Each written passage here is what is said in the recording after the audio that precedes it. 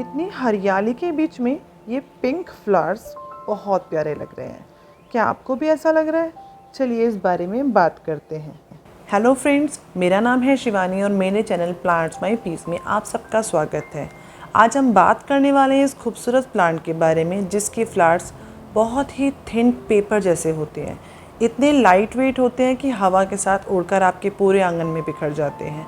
आपके गार्डन में ज़मीन पर फैले हुए भी ये बहुत प्यारे लगते हैं। इस प्लांट का नाम है बोगनवेलिया। चलिए जानते हैं इस प्लांट की केयर कैसे करते हैं। सबसे पहले हम बात करेंगे इस प्लांट के सीज़न की। बोगनवेलिया वैसे तो एक पेरेनियल प्लांट है जो 12 महीने हमारे गार्डन में रहता है। साथ के साथ ये एक ट्रॉपिकल प्लांट है। ट्रॉपिकल प्लांट्स वो होते हैं जो समर में ब्लूम करते हैं। बोगनवेलिया को ब्लूम करने के लिए बहुत सारी धूप चाहिए। इसे दिन में 6 से 8 घंटे की धूप चाहिए। अगर आप मेरे इस प्लांट को ध्यान से देखें तो एक तरफ से तो ये भरा हुआ है, लेकिन दूसरी साइड से आपको ब्रांचेस भी मुश्किल से दिखेंगी। इसका रीज़न ये है कि मैंने इस प्लांट को धूप तो बहुत दी, लेकिन इसको मैं टर्न करना भूल गई। इसकी एक ही साइड में इसको अच्छे से धूप मिलती रही और दूसरी साइड से ये शेड में था। इसलिए अपने प्लांट को टाइम टाइम पे टर्न करते रहिए, उसको हर तरफ से अच्छी धूप मिले, तभी वो अच्छे से ब्लूम करेगा और अच्छे से बढ़ने वाला है। इस प्लांट की केयर करने के लिए आगे हम चलते हैं इस प्लांट की पॉटिंग मिक्स के लिए। किसी भी प्लांट की ग्रोथ में पॉटिंग मिक्स बहुत इंपॉर्टेंट होता है और हर प्लांट के लिए मैं बार बार कहती हूँ वेल ड्रेन सॉइल लीजिए। वेल ड्रेन सॉइल की पहचान है कि वो आपकी मुट्ठी में कभी बंद नहीं होगी। वेल ड्रेन सॉइल मिक्सचर के अंदर गार्डन सॉइल के साथ साथ vermi compost, cocopeat, river sand की मात्रा होनी बहुत ज़रूरी है। कभी सोचिए कि आपका किसी ने मुंह बंद कर दी है और आपको सांस नहीं आ रही है। ऐसा ही कुछ हमारे प्लांट्स के साथ होता है जब उनकी मिट्टी टाइट हो जाती है और हम उसमें गुड़ाई नहीं करते हैं। गुड़ाई ना करने से होता क्या है कि रूट्स में एयर सर्कुलेशन नहीं हो पाता है, जिससे रूट्स धीरे धीरे कमज़ोर होने लगती हैं और प्लांट्स की ग्रोथ में रुकावट आती है। हमें टाइमली अपने प्लांट्स की रूट को टिल कर देना चाहिए, उसकी गुड़ाई कर देनी चाहिए और साथ के साथ नीचे उगने वाली अनवांटेड वीड्स को भी रिमूव करते रहना चाहिए। ऐसा करने से हमारे प्लांट की ग्रोथ हेल्दी होती है। अब बात कर लेते हैं हमारे प्लांट के लिए फर्टिलाइज़र की। खाली हवा पानी पे प्लांट्स ग्रो तो करते हैं लेकिन हेल्दी ग्रो नहीं करते हैं। आपको मन मुताबिक रिज़ल्ट नहीं मिलता है। मैं अपने प्लांट में वर्मी कंपोस्ट डाल रही हूँ, जो मैं महीने में एक बार ज़रूर डालती हूँ। सर्दियों में मैं अपने प्लांट में फर्टिलाइज़र नहीं डालती हूँ क्योंकि ये एक गर्मियों का प्लांट है। साथ के साथ मैं इसमें और भी न्यूट्रिशन डालती हूँ जो इसकी ग्रोथ में काम आते हैं। ये एप्सम सॉल्ट है। एप्सम सॉल्ट आपके प्लांट में क्लोरोफिल बनाने का काम करता है। क्लोरोफिल आपके प्लांट के लीव्स को ग्रीन करता है और जितने हेल्दी लीव्स होते हैं उतने ही अच्छे से वो फोटोसिंथेसिस करते हैं। जितना अच्छा खाना बनता है उतना हेल्दी प्लांट ग्रो करता है। बोगनवेलिया एक फ्लावरिंग प्लांट है। इस पर फ्लावर्स आते हैं, जिसके लिए मैं यहाँ डीएपी के कुछ दाने डाल रही हूँ।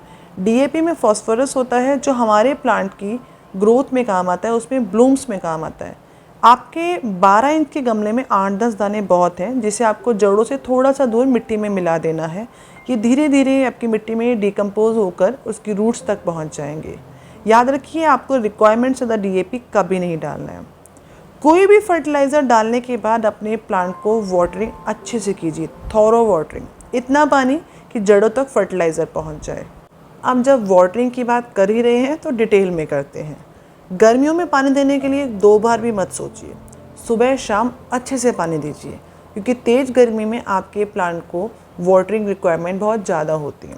लेकिन सर्दियों में ये खास ध्यान रखिए कि आपके प्लांट की मिट्टी 1 से 1.5 इंच तक सूखी होनी चाहिए।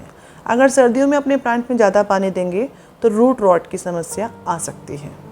वाटरिंग के बाद अब बात करेंगे इंसेक्ट्स की। इंसेक्ट्स आपके प्लांट को बहुत ज़्यादा बर्बाद कर देते हैं। मेरे इस खूबसूरत प्लांट ने अब तक तो इंसेक्ट्स और फंगस का अटैक नहीं देखा है, पर सावधानी हटी और दुर्घटना घटी। मैं रिस्क नहीं लेती। मैं अपने प्लांट में महीने में एक बार नीम ऑयल का स्प्रे ज़रूर करती हूँ। प्रिकॉशनरी ये मैं अपने सभी प्लांट्स के साथ करती हूँ। कुछ बच जाते हैं, कुछ पर इंसेक्ट्स फिर भी आ जाते हैं। होता क्या है कि आपके जब सब प्लांट्स एक साथ रखे होते हैं ना, तो एक का अटैक दूसरे पर पहुंच जाए पता नहीं चलता है। इसलिए अपने सभी प्लांट्स पर मंथ में एक बार नीम ऑयल स्प्रे ज़रूर कीजिए। ऐसा करने से आपके प्लांट की हेल्दी ग्रोथ होती है। इंसेक्ट्स के साथ साथ एंट्स का अटैक, चींटियाँ। चींटियाँ सबसे ज़्यादा फंगस को एक प्लांट से दूसरे प्लांट में ट्रांसफ़र करती हैं। इन इंसेक्ट से या इन फंगस से बचाने के लिए आपके किचन में मौजूद हल्दी बहुत काम आती है। अगर आपके पास फंगीसाइड नहीं है तो आप अपने प्लांट की मिट्टी में थोड़ी सी हल्दी डाल दीजिए। ये फंगस और चींटियों से आपके प्लांट को ज़रूर बचा लेगी। अब बात करते हैं पिंचिंग एंड प्रूनिंग की। हर प्लांट में पिंचिंग एंड प्रूनिंग काम आती है। मेरे बोगनविलिया में भी ये गलत नहीं है। वैसे तो ये अपने आप को समय समय पर खुद ही प्रून करता रहता है। आप नोटिस करेंगे अगर आपके पास ये प्लांट है तो ज़मीन पर आपको बहुत सारे फूल बिखरे दिखेंगे। ये पेपर फ्लावर्स इतनी जल्दी हवा में उड़ते हैं और ज़मीन पर फैल जाते हैं जैसे ये प्लांट पे रहना ही नहीं चाहते। बट उसके साथ साथ जो नीचे की डंडियाँ होती हैं या नीचे की जो स्टेम होती है वो ये छोड़ जाते हैं, तो उसे भी आप टाइम टाइम पर तोड़ते रहिए। या कोई सूखा हुआ फ्लावर कुछ भी रह गया है प्लांट पे, उसकी भी डेड हेडिंग आप करते रहिए। ऐसा करने से आपके प्लांट को ब्लूम करने में, न्यू ग्रोथ के लिए जगह मिलती है। अगर आप नोटिस करें तो मेरे प्लांट में आपको यहाँ न्यू ग्रोथ दिखेगी। मैं प्लांट के लीव्स को जगह जगह से पिंच करती रहती हूँ। ऊपर के 2 लीव्स को काट देती हूँ। नेल से आप थोड़ा सा पिंच कीजिए, आपको वहाँ से डबल ग्रोथ दिखेगी। ऐसा करने से आपके प्लांट में ग्रोथ अच्छी होती है, ब्रांचेस ज़्यादा आती हैं। अगर आप मेरे इस प्लांट को नोटिस करें तो मैंने स्प्रिंग सीज़न में इसको हार्ड प्रून किया था। मैंने इसकी स्टेम्स को जगह जगह से काट दिए थे, इसके लीव्स ऑलमोस्ट गायब हो चुके थे। प्लांट की रिक्वायरमेंट के हिसाब से हार्ड प्रूनिंग और सॉफ्ट प्रूनिंग करें। ये दोनों ही आपके प्लांट की ग्रोथ में बहुत काम आती हैं। पर याद रखिए, ऐसा करने के लिए एक सीज़न होता है, स्प्रिंग सीज़न या रेनी सीज़न। किसी भी समय अपने प्लांट को प्रून मत कर दीजिए। बोगनविलिया के लिए प्रूनिंग स्प्रिंग सीज़न में कीजिए। फरवरी के मिड में या फरवरी के स्टार्टिंग में आप इसे प्रून कर सकते हैं और मार्च अप्रैल से आपको इसमें ग्रोथ दिखनी शुरू हो जाएगी और धीरे धीरे आपका प्लांट फुल ग्रो हो जाएगा, उस पर ब्लूम्स आने लगेंगी। लेकिन अगर आप गर्मियों में या तेज़ गर्मियों में ऐसा करते हैं तो हो सकता है आपका प्लांट डाई बैक कर जाए, मर जाए। आई होप मेरी दी हुई इन्फॉर्मेशन आपको पसंद आई होगी और आप भी अपने बोगनविलिया की अच्छे से केयर कर पाएंगे, इसकी ब्लूम को एंजॉय कर पाएंगे। अगर आपको मेरी वीडियो पसंद आई है तो प्लीज़ एक लाइक ज़रूर कीजिएगा। इस वीडियो को अपने दोस्तों के साथ शेयर करना बिल्कुल मत भूलिए, उनके प्लांट्स केयर में आपका योगदान ज़रूर बनता है। अगर आप मेरे चैनल पर नए हैं तो मेरे चैनल को सब्सक्राइब करना बिल्कुल मत भूलिए और बेल बटन को ज़रूर दबाइए ताकि मेरी नई वीडियोस की नोटिफिकेशन आपको मिलती रहे। आपसे फिर मिलूँगी एक नई वीडियो के साथ, नई इन्फॉर्मेशन के साथ। तब तक हैप्पी गार्डनिंग, एन्जॉय।